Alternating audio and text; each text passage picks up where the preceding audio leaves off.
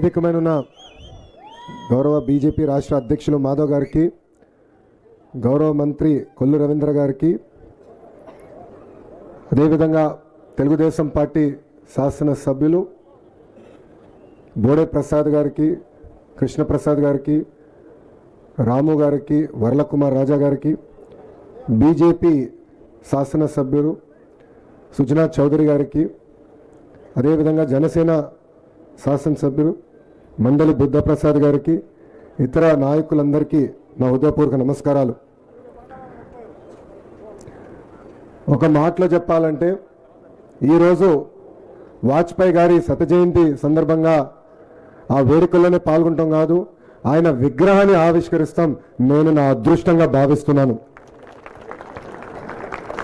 అటల్ సందేశ్ మోడీ సుపరిపాలన యాత్ర ధర్మవరంలో ప్రారంభమైంది. ఇప్పుడే పెద్దలు మాధవ్ గారు చెప్పినట్లు ఈ నెల 25వ తారీఖు నాడు అమరావతిలో ఆ యాత్ర పూర్తవుతుంది. ఇక్కడ మనందరం కూడా అటల్జీ గారి గొప్పతనమే కాదు, ఆయన సమాజానికి చేసిన సేవ, నైతిక విలువలపైన మనందరం కూడా మాట్లాడుకోవాల్సిన అవసరం ఉంది. చాలామంది నన్ను అనేకసార్లు అడిగారు, మీ ఇంట్లో విశ్వవిఖ్యాత నట సార్వభౌమ స్వర్గశ్రీ నందమూరి తారక రామారావు గారు ఒక పక్కన, ఇంకో పక్కన చంద్రబాబు నాయుడు గారు ఉన్నారు. వీళ్ళిద్దరూ ఒకటవుతే ప్రపంచంలో మీరు ఎవరిని ఆదర్శంగా చూస్తారని అడిగారు. నేను అనేకసార్లు చెప్పాను, ఒక మత్స్యకార గ్రామాన్ని ఈరోజు డెవలప్ దేశంగా తయారు చేసిన సింగపూర్ ఆనాటి ప్రధాని లీ కువాన్ యూ గారు ఒక పక్కన అవుతే, మొత్తం భారతదేశాన్ని కలిసికట్టుగా ముందరికి తీసుకెళ్లిన అటల్ బిహారీ వాజ్పేయి గారిని నేను ఆదర్శంగా తీసుకుంటున్నానని. ఈరోజు నేను విద్యాశాఖ మార్చలు అయిన తర్వాత సమాజంలో నైతిక విలువలు రావాలి, విద్యలో నైతిక విలువలు రావాలి నేను మాట్లాడుతున్నా. కానీ సమాజంలో నైతిక విలువలు అంటే ఏంటో చూపించిన గొప్ప వ్యక్తి అటల్ బిహారీ వాజ్పేయి గారు. అటల్జీ గారి గురించి ఎవరిని అడిగినా చాలా అద్భుతంగా మాట్లాడతారు. వాస్తవంగా చెప్పాలంటే ఆయనకి ప్రతిపక్షమే లేని వ్యక్తి అటల్ బిహారీ వాజ్పేయి గారు. డిసెంబర్ 25, 1924లో జన్మించినారు. ఆయన చిన్న వయసు నుంచే ఆయన జీవితాన్ని కవిత్వానికి, దేశానికి అంకితం చేసిన వ్యక్తి. 18 సంవత్సరాల వయసులోనే క్విట్ ఇండియా మూవ్మెంట్లో ఆయన భాగస్వామి అయ్యారు. దేశం కోసం జైలుకి వెళ్ళారు. దాని తర్వాత 10 సంవత్సరాలు లోక్సభలో గెలిచారు, 2 సార్లు రాజ్యసభ ద్వారా ఏకంగా పార్లమెంట్ సభ్యుడు అయ్యారు. అటల్ బిహారీ వాజ్పేయి అంటేనే మనందరికి ఒక నమ్మకం. అటల్జీ అంటేనే అభివృద్ధి, అటల్జీ అంటేనే సుపరిపాలన. మనం చూసాం 3 సార్లు ఆయన ప్రధానమంత్రి అయ్యారు. మొదటిసారి కేవలం 13 రోజులు ఆయన ప్రధానమంత్రి అయ్యారు. ప్రధానమంత్రి అయిన వ్యక్తి జనరల్గా శాశ్వతంగా ప్రధాని ఉండాలని కోరుకుంటారు. మెజారిటీ లేకపోయినా ఎట్టి పరిస్థితుల్లో నాయన భయాన సపోర్ట్ సంపాదించాలని కోరుకుంటారు. కానీ నైతిక విలువల కోసం నిలబడారు కనుకనే ఆ రోజు ఆయన చెప్పారు, నాకు మద్దతు లేదు, పర్వాలేదు, 13 రోజులే నేను ప్రధానిగా ఉన్నాను, ప్రజలకి దండం పెట్టి ఆయన రాజీనామా చేశారు.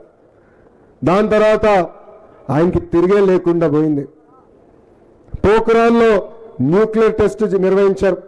ఇప్పుడే మాధవ్ గారు చెప్పారు, మొదటిసారి మేము వాడాం, కానీ మా భద్రత కోసం మేము పోఖ్రాన్ టెస్ట్ చేస్తున్నాం, న్యూక్లియర్ నేషన్గా ఉంటామని చెప్పిన గొప్ప వ్యక్తి అటల్జీ గారు.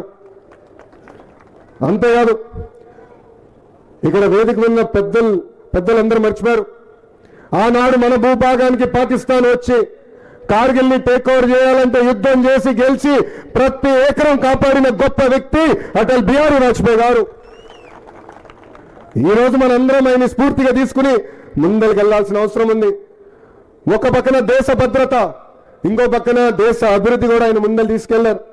గోల్డెన్ క్వాడ్రిలేటరల్ తీసుకొచ్చారు, అద్భుతమైన రోడ్లు ఏర్పాటు చేశారు. ఆనాడు చంద్రబాబు నాయుడు గారు ఒక్క కోరిక కోరితే ఏకంగా టెలికాం మొత్తం డీరెగ్యులేషన్ చేశారు. ఇంతేకాదు, ఆనాడు ఆయన అహర్నిశలు కష్టపడి అనేక సంస్కరణలు తీసుకొచ్చారు. ఈరోజు మనందరం అద్భుతమైన ఎయిర్పోర్ట్లు చూస్తున్నాం. దాని కారణం కూడా అటల్ బిహారీ వాజ్పేయి గారు ఆయన తీసుకొచ్చిన సంస్కరణలు. ఒక మాటలో చెప్పాలంటే భారతదేశం గురించి అయినా లేదంటే హిందీ గురించి కూడా ఆయన ఎప్పుడూ ప్రేమించే వ్యక్తి.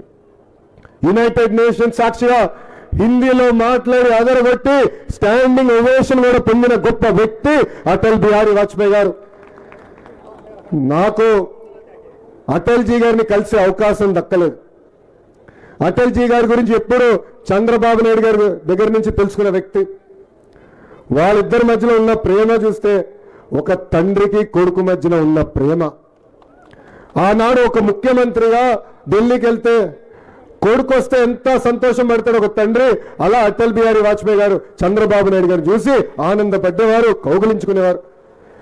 ఇప్పుడు మాట్లాడుతున్న డబుల్ ఇంజిన్ సర్కార్ 1998లోనే ఆంధ్ర రాష్ట్రానికి డబుల్ ఇంజిన్ సర్కార్ ఏర్పడింది.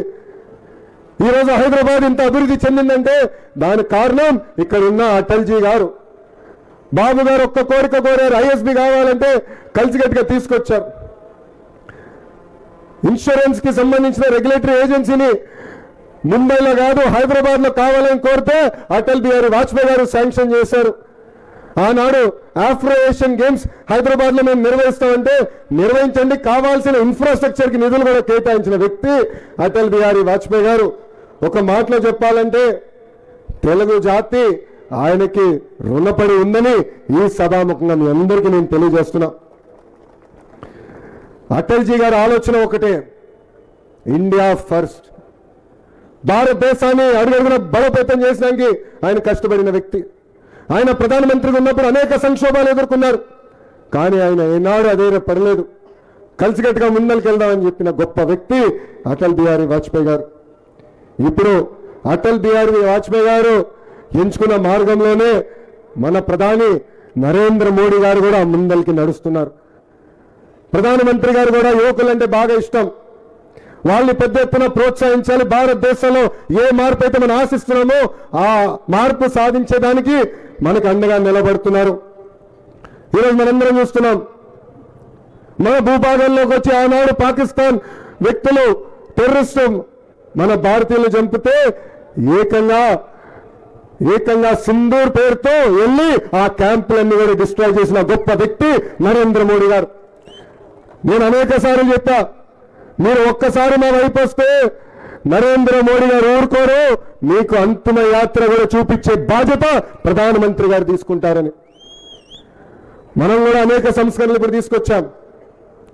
ఇతర రాష్ట్రాల్లో డబుల్ ఇంజన్ సర్కార్ నడుస్తుంటే కేవలం ఒక ఆంధ్ర రాష్ట్రంలోనే డబుల్ ఇంజన్ బుల్లెట్ ట్రైన్ సర్కార్ నడుస్తుంది.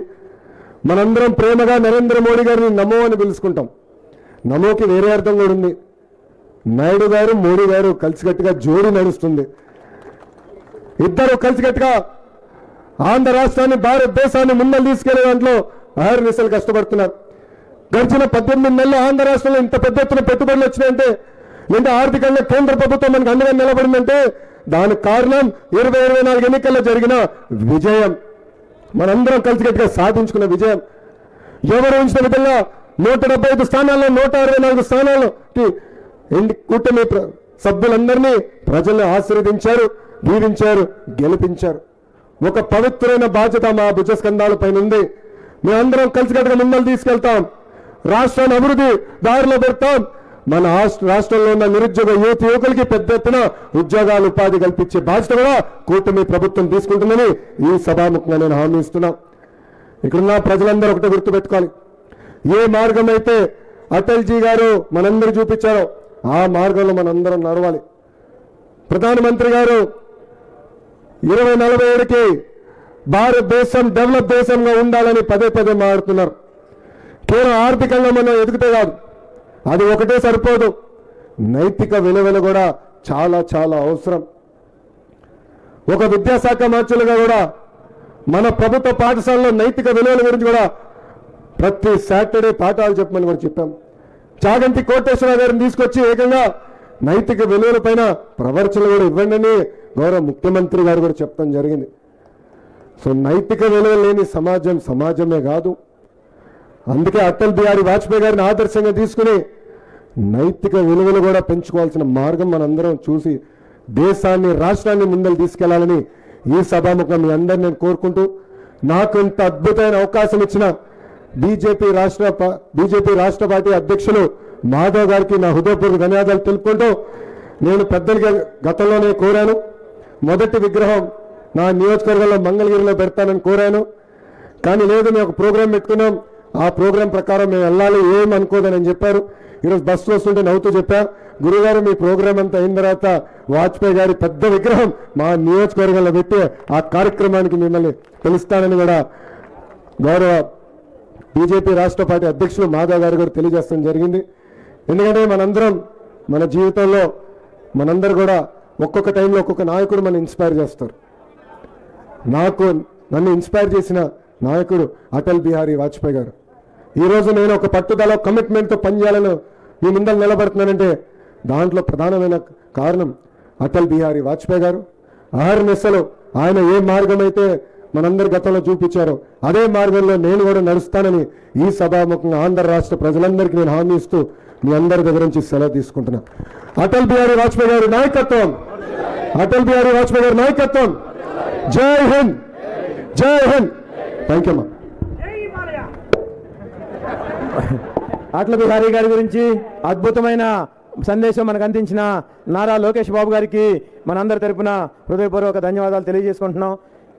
ఈ సందర్భంగా అతిథులకి అలాగే నారా లోకేష్ బాబు గారు విశిష్ట అతిథిగా వచ్చిన నారా లోకేష్ బాబు గారికి చిరు సత్కారం అందజేయవలసిందిగా యువ మోర్చా కార్యకర్తల్ని అలాగే మండల అధ్యక్షుల్ని వచ్చి అందజేయవలసిందిగా కోరుచున్నాం. త్వరగా రండి. అలాగే రాష్ట్ర పార్టీ తరఫున వాజ్పేయి గారి విగ్రహాన్ని అందజేస్తున్న శ్రీ పివిఎన్ మాధవ్ గారికి కూడా కృతజ్ఞతలు తెలియజేస్తున్నాం. రండి రండి రండి తల